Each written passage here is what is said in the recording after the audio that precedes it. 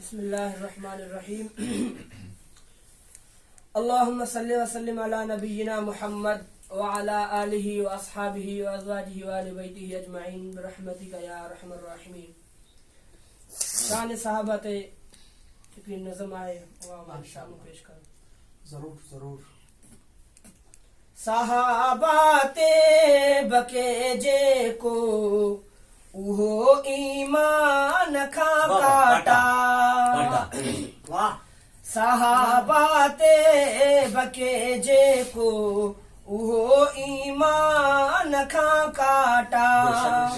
शरीयत खां सफ़ा बाहर शराफत शान खा काटा।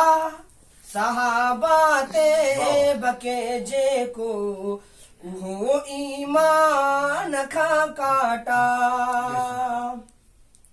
सहाबा जो मुखालिफ आ रसूलुल्लाह जो दुश्मन। रसूलुल्लाह जो दुश्मन ता अल्लाह जो दुश्मन। रसूलुल्लाह जो दुश्मन ता अल्लाह जो दुश्मन।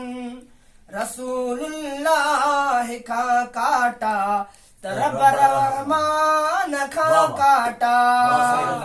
रसूलुल्लाह का काटा तरब रहमान खा काटा। शरीयत खां सफ़ा बाहर शराफत शान खा काटा। सहाबाते बके जे को उहो ईमान खा काटा। माशाअल्लाह। खदीजा जो न पुटो आहे जो है सहते बके वेही। खदीजा जो न पुटो आहे जो है सहते बके वेही। बके जो आइशा साइण तिसा जिन सपर देही। बके जो आइशा साइण तिसा जिन सपर देही। हणे बुहतान पाकन ते उहो कुरान खा काटा। हणे बुहतान पाकन ते उहो कुरान खा काटा। शरीयत खां सफ़ा बाहर शराफत शान खा काटा। सहाबाते बके जे को उहो ईमान खा काटा।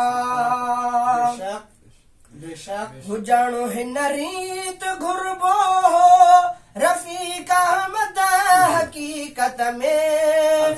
मरे मुनकिर सहाबा जो उहो कहिड़ी बि क़ीमत में।